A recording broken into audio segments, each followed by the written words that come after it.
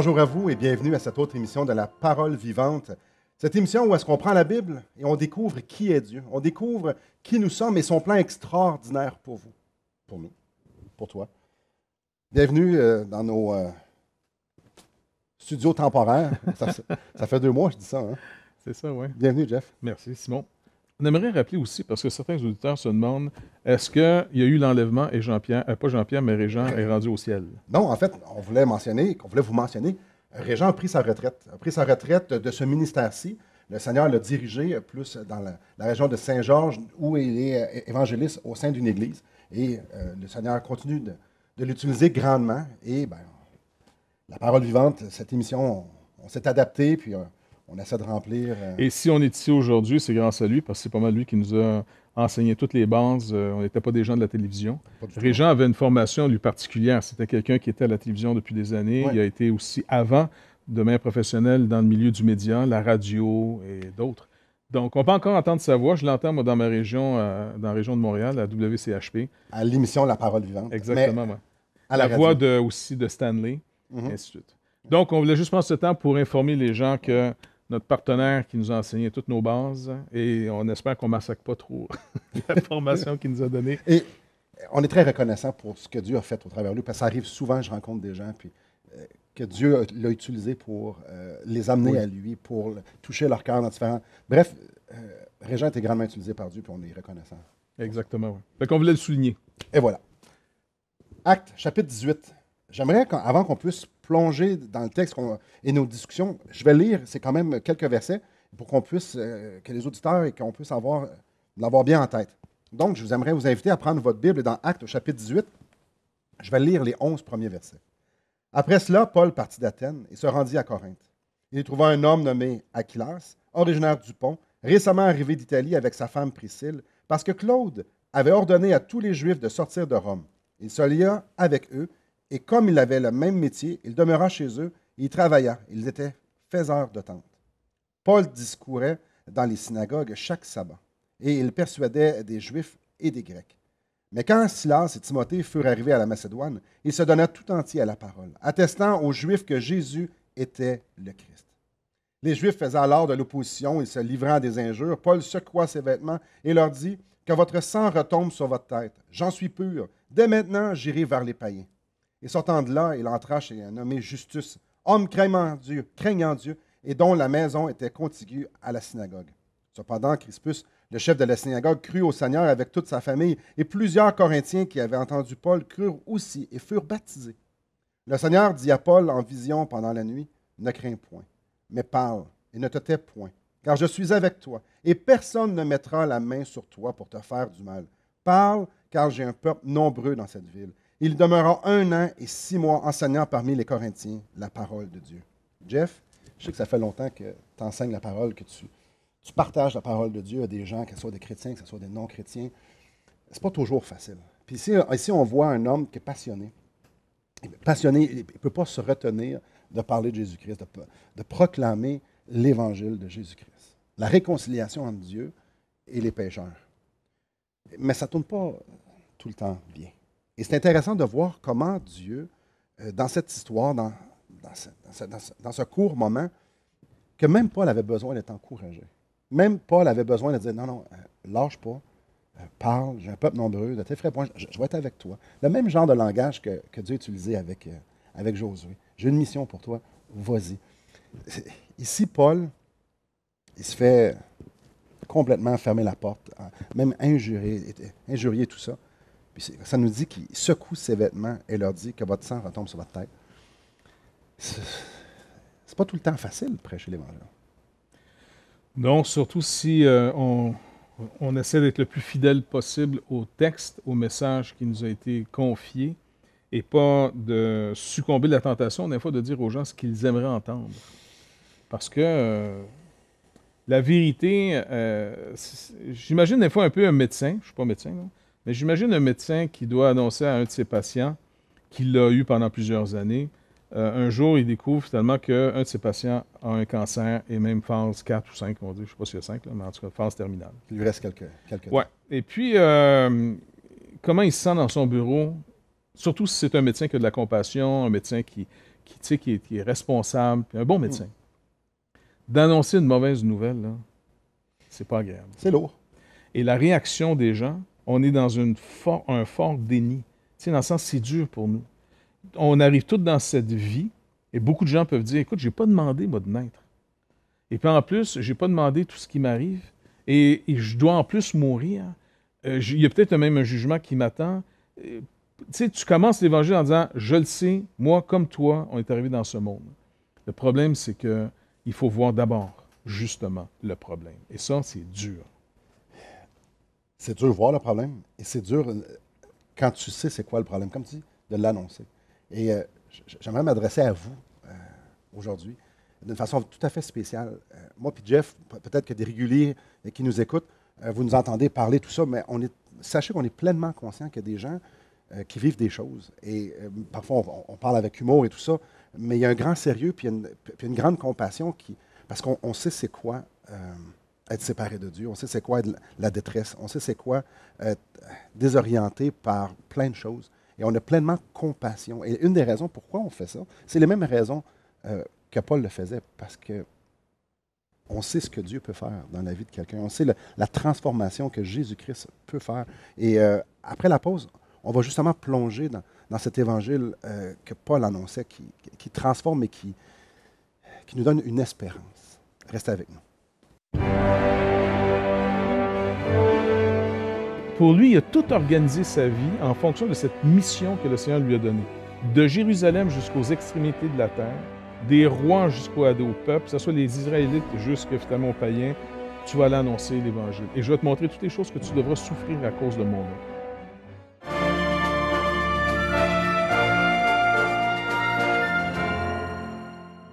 Assistez à un merveilleux déjeuner de l'espoir dans votre région. Un invité vous racontera comment Dieu a transformé sa vie et comment son cœur, souffrant, a trouvé une joie indicible en développant une relation personnelle et intime avec Dieu et son Fils Jésus-Christ. Des églises locales organisent de tels déjeuners dans plusieurs régions du Québec. Découvrez où et quand vous pouvez assister à un déjeuner de l'espoir dans votre région en visitant le site espoir.ca et en cliquant sur l'onglet Déjeuner.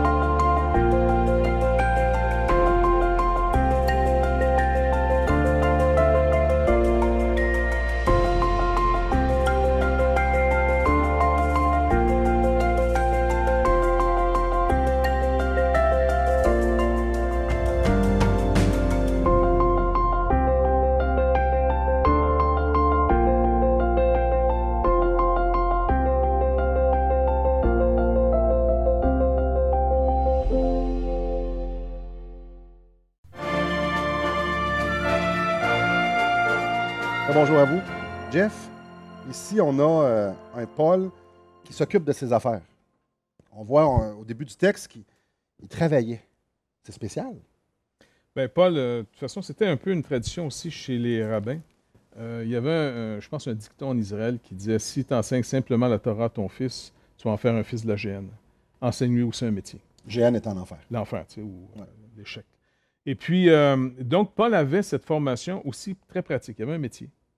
Donc, il s'est associé avec Aquilas et puis sa femme Priscille. Donc, c'était aussi des gens qui faisaient des tentes. Et sûrement, à l'époque, ça devait servir, entre autres, pour l'armée romaine. Parce qu'il y avait l'armée, finalement, Rome avait son armée un peu partout dans l'Empire pour maintenir la paix, ainsi de suite. Un peu l'ONU d'aujourd'hui, on va dire. Donc, c'était leur métier. Puis, quand Paul n'avait pas de soutien, ben, il travaillait de ses mains pour pouvoir pourvoir ses besoins et de continuer l'œuvre. Quoi que le Seigneur, Paul va l'enseigner plus tard, je pense aux Corinthiens, il va dire « Le Seigneur nous a commandé que ceux qui prêchent l'Évangile vivent de l'Évangile. » Donc, c'est sûr que le but, c'est que plus vous avez des gens qui sont à temps plein sur la proclamation de l'Évangile, bon, ben, vous avez plus de gens capables d'annoncer l'Évangile puis d'aller plus loin. Tu sais, si tu fais ça à temps partiel, ben, tu as tout à temps partiel. Ouais. Donc, ici, Paul, néanmoins, il ne se fera pas arrêter. Il n'est pas quelqu'un qui va dire « Ah, ben, j'ai pas de soutien, j'arrête, moi, je lâche ça. » Je travaille beaucoup, c'est difficile. Parce que sa vocation à Paul d'abord, est particulière, c'est sûr, mais en même temps, il est tellement reconnaissant, il est endetté, on pourrait quasiment dire moralement. Mhm. Et pour lui, il a tout organisé sa vie en fonction de cette mission que le Seigneur lui a donnée. De Jérusalem jusqu'aux extrémités de la terre, des rois jusqu'au peuple, que ce soit les Israélites jusqu'à finalement aux païens, tu vas aller annoncer l'Évangile. Et je vais te montrer toutes les choses que tu devras souffrir à cause de mon nom. Il va être associé au Seigneur rejeté, mais en même temps, il va être associé au Seigneur reçu Ouais. et cru, parce qu'il est associé à l'œuvre que Dieu va faire dans la vie des gens. Et c'est pour ça que le Saint-Esprit va l'encourager, parce qu'à toutes les places qui arrivent, c'est la révolution. Il devait dire quelque chose qui dérangeait pas à peu près. Là. Et il a mangé une claque. Ouais. Et juste faire le lien, tu parlais de vocation et tout ça. Dans Romains, il exprime son fardeau, sa compassion, son cœur brisé, une de ses motivations. Il dit, si c'était possible, je serais même prêt à donner mon salut, à être anathème. Si je pouvais donner mon salut à ma nation, je serais prêt à le faire. Clairement, ce n'est pas possible. Il était si tourmenté. Donc, lui, avoir une carrière, faire des tentes, oui, c'était un moyen pour qu'il puisse parler de son Seigneur, son Sauveur, et qu'il puisse communiquer aux gens qui l'aimaient. Oui. Il aimait ces gens-là. Même les gens qui, là, il secoue son vêtement, tout ça, il se fait fermer la porte, mais il aime ces gens-là. Il le dit dans Romains, je serais prêt à tout Et c'est donner. pour ça qu'à toutes les fois qu'il arrive dans une nouvelle ville, il commence par la synagogue. Comme ici, quand il vient d'arriver dans la ville de Corinthe, et comme tu l'as lu, il est dit donc, Paul discourait dans la synagogue. Et là, il va montrer encore sur les Écritures que le Messie que les Juifs attendaient, eh bien, c'était ce fameux Jésus, Jésus de Nazareth. Et bon, ben, certains vont être touchés par le Seigneur et vont répondre, et d'autres vont s'opposer. Parce qu'il y a un mystère dans tout ça. Le Seigneur est souverain.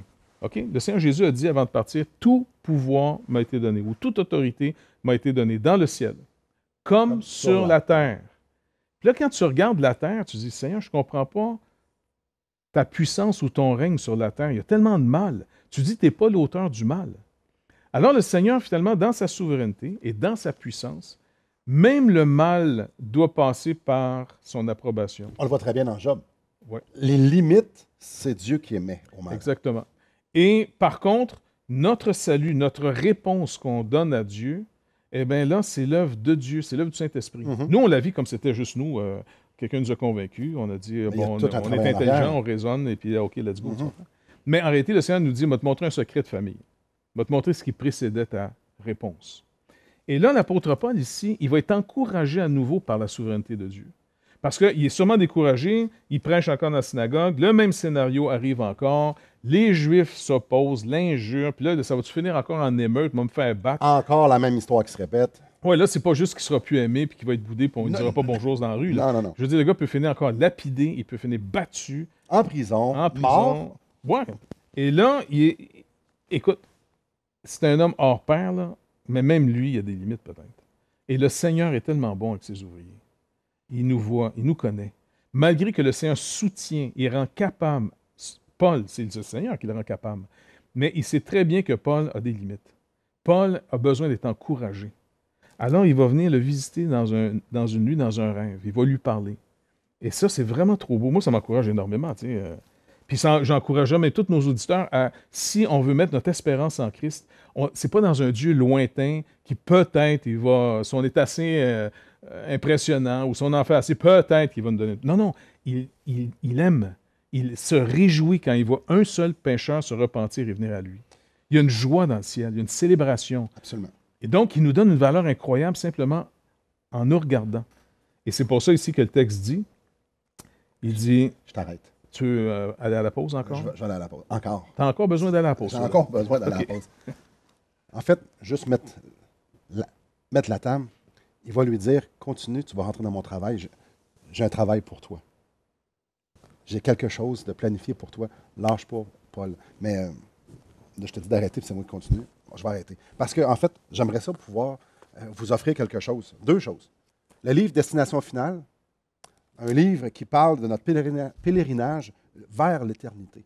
Et on vous aimerait vous l'offrir. Et également le film de Jésus selon l'Évangile de Jean. Tout ce que vous avez à faire, c'est de nous appeler. 1-877-L'Espoir, 1-877-537-7647 ou encore de visiter notre site web. Après la pause, justement, on parle de cet encouragement que Dieu a fait à Paul. Restez avec nous. Non, non, c'est lui qui est l'auteur, non pas du mal, mais il est l'auteur du salut final. Et même dans la rébellion qu'on peut lui manifester, même dans les manques qu'il peut y avoir dans cette vie, même avec toutes les méchancetés qui peuvent se produire, ça n'arrêtera pas le plan de Dieu.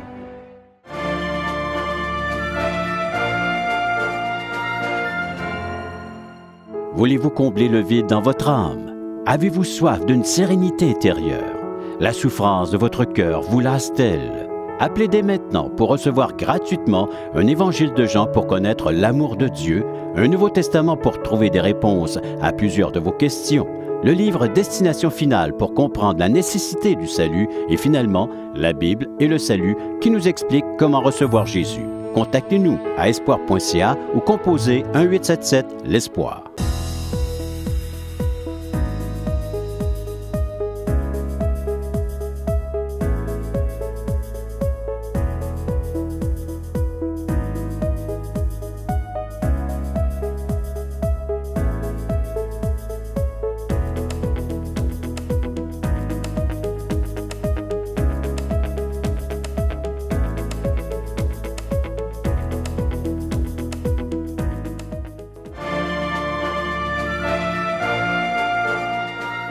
Donc, continuons où on était rendu.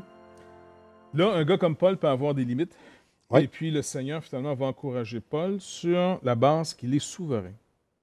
Et là, c'est intéressant parce que ce passage-là... T'arrêtes un instant. Arrête-moi. D'un coup, il y a quelqu'un qui ne sait pas ce que ça veut dire souverain. J'aimerais ça que tu puisses lui expliquer. Ça veut dire que le Seigneur, rien lui échappe. Il règne sur toute chose. Même le méchant a un but dans le plan de Dieu. Dieu a le mot final sur tout. Sur toute situation. Ça, c'est une consolation dans nos vies, surtout quand ça va mal. Dieu n'est jamais en réaction envers quelque chose. Non, non, non, c'est lui qui est l'auteur, non pas du mal, mais il est l'auteur du salut final. Et même dans la rébellion qu'on peut lui manifester, même dans les manques qu'il peut y avoir dans cette vie, même avec toutes les méchancetés qui peuvent se produire, ça n'arrêtera pas le plan de Dieu. Et s'il veut, il met un stop à ça. Ça peut nous troubler. Pourquoi il ne met pas un stop final à tout? Mais on va se consoler au moins de voir comment les textes disent. Dieu est souverain. Dieu est souverain. Et là, il va dire à Paul, le Seigneur, verset 9, il dit à Paul en vision pendant la nuit, ne crains point. Donc ça nous souligne ici que Paul devait comme dire, wow, là, il a raison d'avoir peur. Écoute, le gars se fait battre. Il a un corps comme nous autres. Là. Ça doit faire aussi mal que nous autres. Là. Et il l'a déjà expérimenté. Plusieurs reprises. Donc, le Seigneur lui dit, ne crains point. Donc, il calme sa crainte. C'est pas péché d'avoir des craintes. C'est pas péché d'avoir des doutes. C'est pas péché de ne plus savoir trop tôt ce qu'on s'en va et d'être découragé. Ce qui est péché, c'est de dire non. C'est ça, c'est d'agir en fonction des doutes. Agis pas en fonction de tes doutes. Attends. Sois confiant. Le Seigneur, là, il sait où on est rendu. Ça fait qu'il lui dit ici, gars, ne crains point, mais parle et ne te tais point.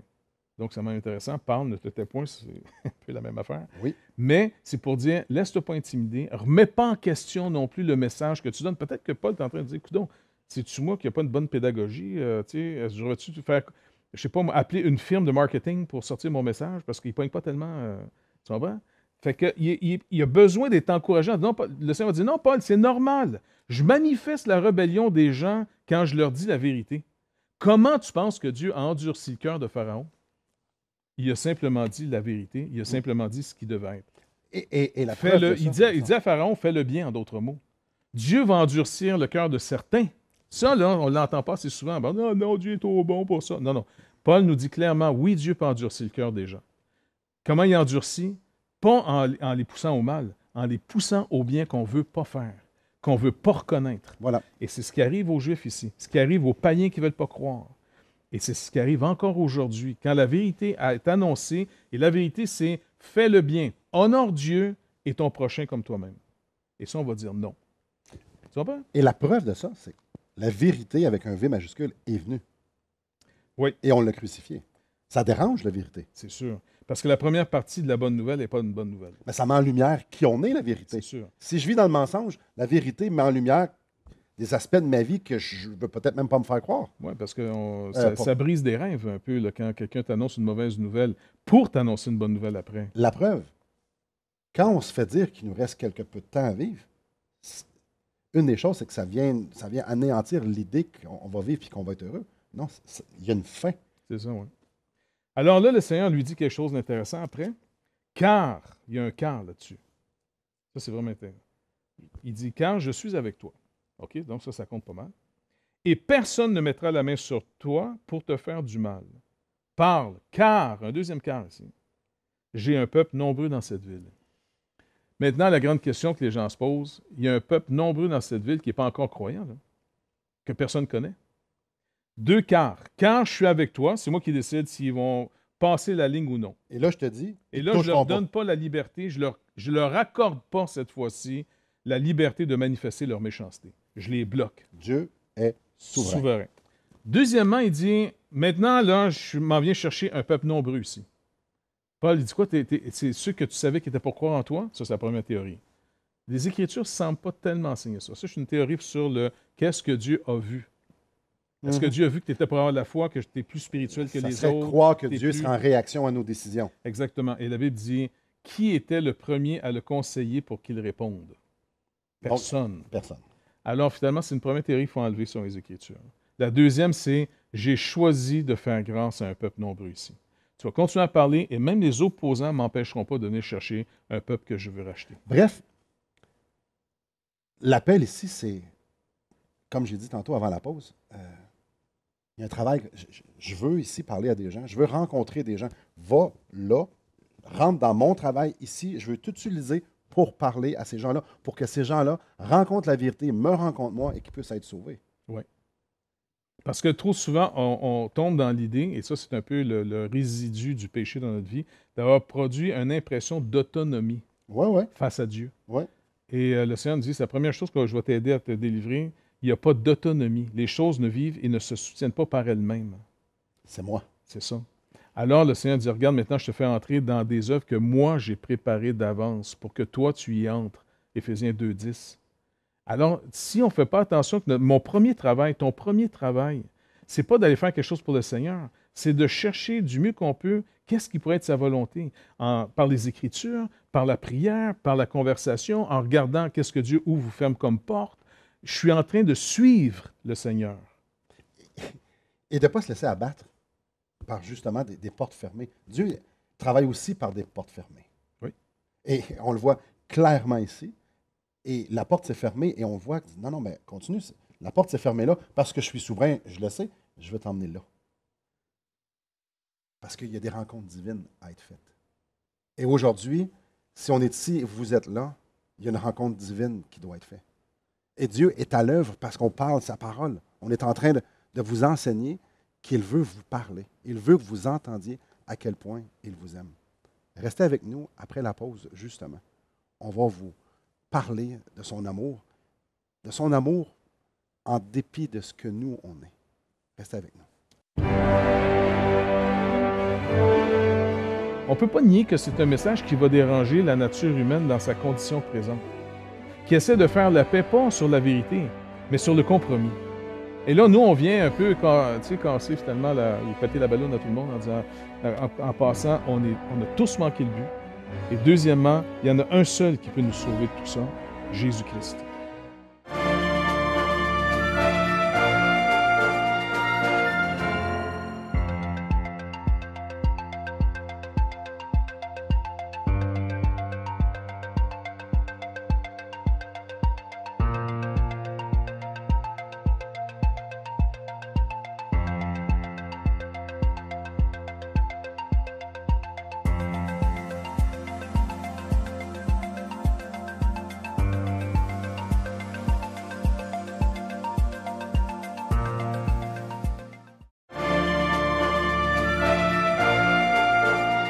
Message là, mais pas tout le temps bien reçu.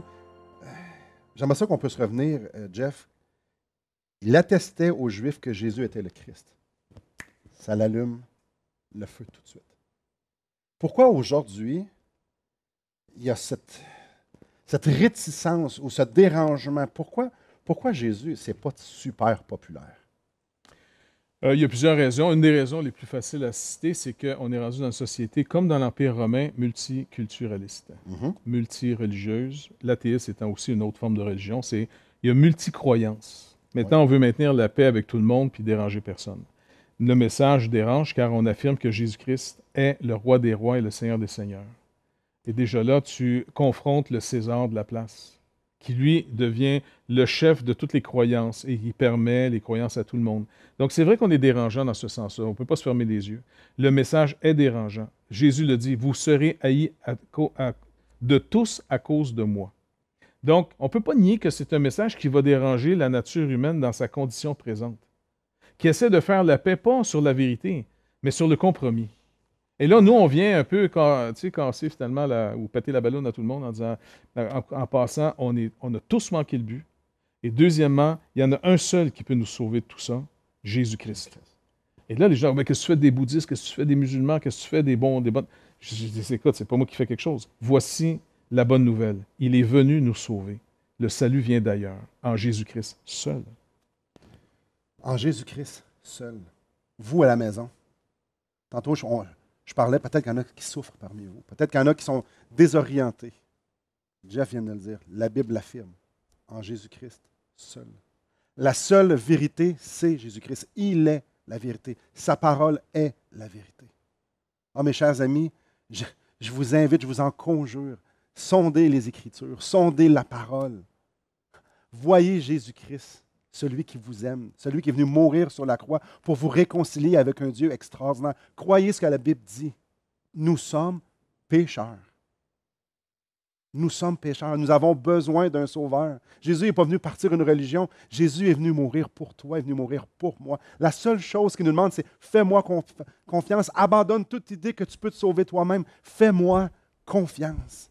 Mes chers amis, mettez votre confiance en ce que lui, il a fait. Il a dit tout est accompli. Faites-lui confiance. Merci beaucoup, Jeff. Merci beaucoup à la maison et que le Seigneur vous bénisse.